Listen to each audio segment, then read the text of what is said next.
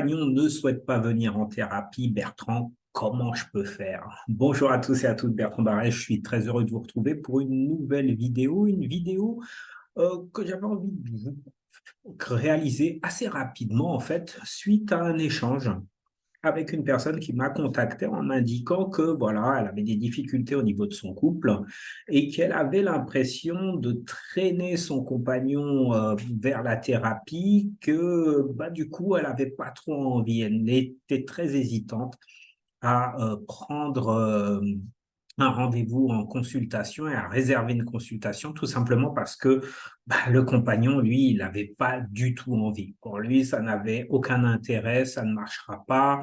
Grosso modo, il n'était absolument pas convaincu de l'efficacité et de la pertinence de dépenser et d'investir de l'argent sur quelque chose qui lui semblait inutile. Et donc, je voulais vous partager cette vidéo pour vous, peut-être vous aiguiller et comprendre pourquoi autant d'hommes ne souhaitent absolument pas venir en thérapie ou se sentent traînés en thérapie. Alors, il se trouve que je suis un homme. Il est vrai que dans le bien-être, la majorité des interlocuteurs sont des interlocutrices, donc des femmes, et que la perspective d'avoir deux femmes lorsqu'il y a une thérapie de couple, deux femmes face à soi peut être compliquée pour certains hommes. Donc, je vais rentrer un petit peu dans les détails avec vous et vous donner 5 points qui me semblent importants de savoir et de comprendre afin de prendre un peu de recul et se dire pourquoi il ne veut pas venir en thérapie. Et ne pas forcément penser que c'est par rapport à vous qu'il ne souhaite pas venir ou c'est par rapport à vous qu'il le fait uniquement, mais que, bon, derrière, il ne comprend pas trop le truc. Donc, juste avant, je vous invite à liker cette vidéo et si vous ne me connaissez pas, je suis Bertrand Barret, je suis coach, thérapeute de couple, sexothérapeute sur Montévrain. Donc, en Île-de-France, donc je suis proche de Marne-la-Vallée, dans le 77. Et donc, je reçois aussi bien en individuel que sur des séances de couple. Et avec moi, on parle de relations amoureuses et intimes et d'équilibre entre vie pro et vie perso. Donc, je me suis vraiment spécialisé dans l'intimité, l'amour et toutes les problématiques que les couples peuvent retrouver et que les individus, que ce soit hommes ou femmes, peuvent retrouver. Et c'est vrai que c'est compliqué.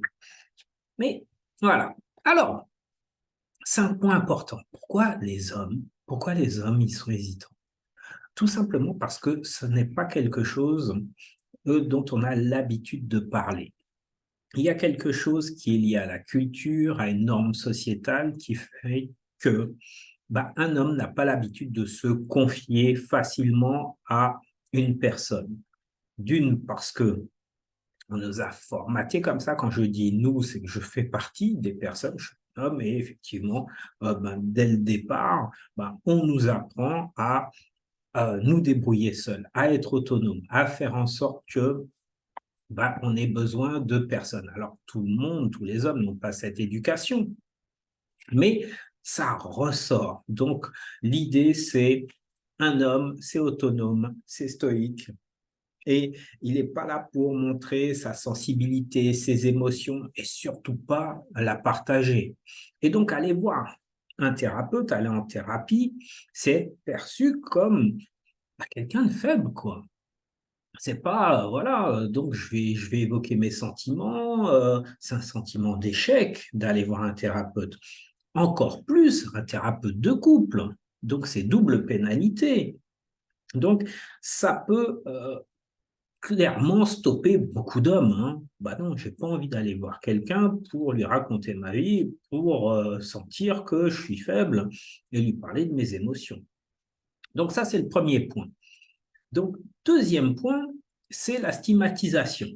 Concrètement, ça signifie que si je vais voir un thérapeute, c'est que je ne vais pas bien dans ma tête.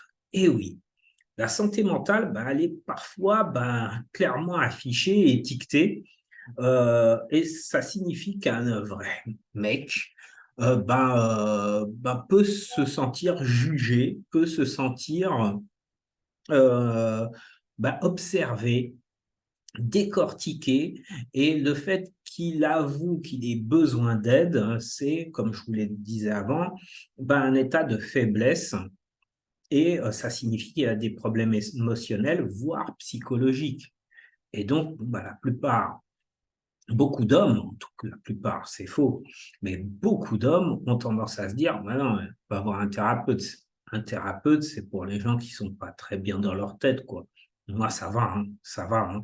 On a un problème de couple, mais c'est de ta faute ou c'est à nous de le régler, quoi. Même si pendant plusieurs années, vous tournez en rond, le fait d'aller réclamer et prendre du recul et de voir quelqu'un d'autre, ça dérange, ça embête. Donc ça, c'est le deuxième point. Troisième point, la peur d'être jugé. Comme je vous l'ai dit, il y a une majorité de femmes qui sont thérapeutes.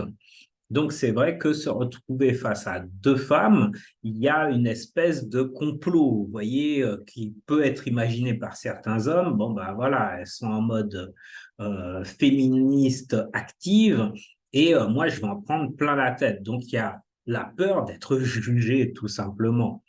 Et l'homme n'a pas envie de se retrouver face à un jury en face de lui, et se dire, on va éviter ça, ça servira à rien, je vais avoir des leçons de morale, je vais être critiqué, non, ça va pas le faire. Quatrième point, il y a la gestion des émotions. Les hommes, généralement, peuvent avoir été encouragés à gérer leurs émotions tout en étant, en fait, en gardant leurs émotions, à contenir leurs émotions. Ils n'ont pas l'habitude d'exprimer leurs émotions, alors que les femmes ont tendance à parler d'elles, à se regrouper, à échanger, à partager. Les mecs, généralement, lorsqu'ils vont voir un ami, un pote, un collègue qui se connaissent depuis un petit moment, c'est concrètement parce qu'ils ne voient pas du tout d'alternative, et que, voilà, je viens chercher une solution, je te pose une problématique, et moi, ce que je veux, c'est avoir une solution à la problématique. Le processus thérapeutique, il n'est pas du tout fait comme ça. Donc, bien sûr, en coaching, on va être orienté solution, mais dans un processus thérapeutique, on est dans le questionnement, et c'est la personne, d'ailleurs en coaching, c'est la même chose, hein, c'est la personne qui va trouver des solutions pour elle-même. Mais voilà, même si, comment vous dire, le processus est différent, il faut distinguer thérapie de coaching, n'empêche que parfois les émotions, elles ressortent. Et beaucoup d'hommes n'ont pas envie de ça du tout. Ils ont envie d'aller dans le pratico-pratique, dans le concret. Par contre, il faut passer par la verbalisation des émotions. Et ça peut être compliqué. Et dernier point, la barrière logistique, tout simplement. Il faut du temps. Financièrement, c'est de l'argent.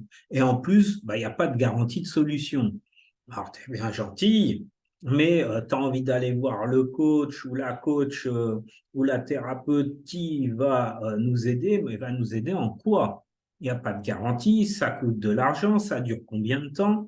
Donc, tout ça, les hommes ont besoin de quelque chose de très pragmatique et ont besoin presque d'une garantie. Donc, voilà, ça, ce sont les 5 points qui ralentissent en majorité les hommes et qui peuvent sidérer certaines femmes parce qu'elles se disent, non, si tu m'aimes vraiment et si tu as vraiment envie qu'on change au niveau de notre couple, la thérapie, tu l'as fait, quoi, et ça devrait être fluide. On a besoin d'aide, là, on a besoin de quelque chose. C'est très dur à admettre pour un homme.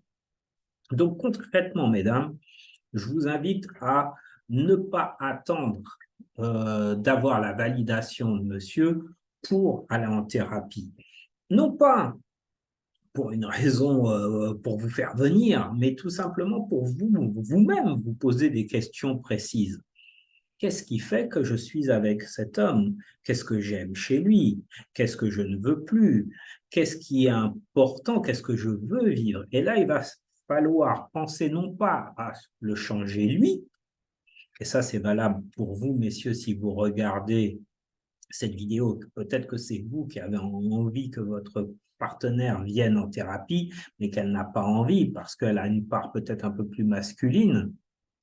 et avec des réticences qui correspondent aux réticences des hommes, là, je vous invite à vous poser cette question. Qu'est-ce que j'aime chez lui? Qu'est-ce que j'aime chez elle? Qu'est-ce qui est important pour moi de partager? Qu'est-ce que pour vous, vous n'arrivez pas à faire? Quelle est votre vision de la relation? Qu'est-ce que vous souhaitez dans cette relation? C'est ça le travail en accompagnement de couple. Et c'est ce que je vous invite à déposer lorsqu'il y a une séance de thérapie. Et ça, c'est vraiment super important. Voilà. L'idée n'est pas, quand vous venez en thérapie ou en coaching, dans un accompagnement de couple, l'idée n'est pas de vouloir changer l'autre, de lui dire, bah, tu vois, si tu écoutes le thérapeute ou le coach, tu vas changer, tu vas te remettre en question et tu vas finir par me donner et comprendre ce que j'attends de toi. Non, non, non, non, non. On travaille sur le couple, on travaille sur la relation. Donc, vous aussi, vous serez amené à vous poser des questions sur vous-même, sur vos choix, sur ce que vous mettez dans le couple. Qu'est-ce que vous faites ou vous ne faites pas qui fait que lui réagit comme ça? Donc, c'est vraiment un travail sur vous deux. Donc, voilà, j'espère que cette vidéo vous a plu. N'hésitez pas à la liker, n'hésitez pas à la partager s'il y a des personnes qui réfléchissent à savoir s'ils doivent faire une thérapie de couple ou pas, ou un coaching de couple. Je vous dis à la prochaine pour une nouvelle vidéo. À bientôt.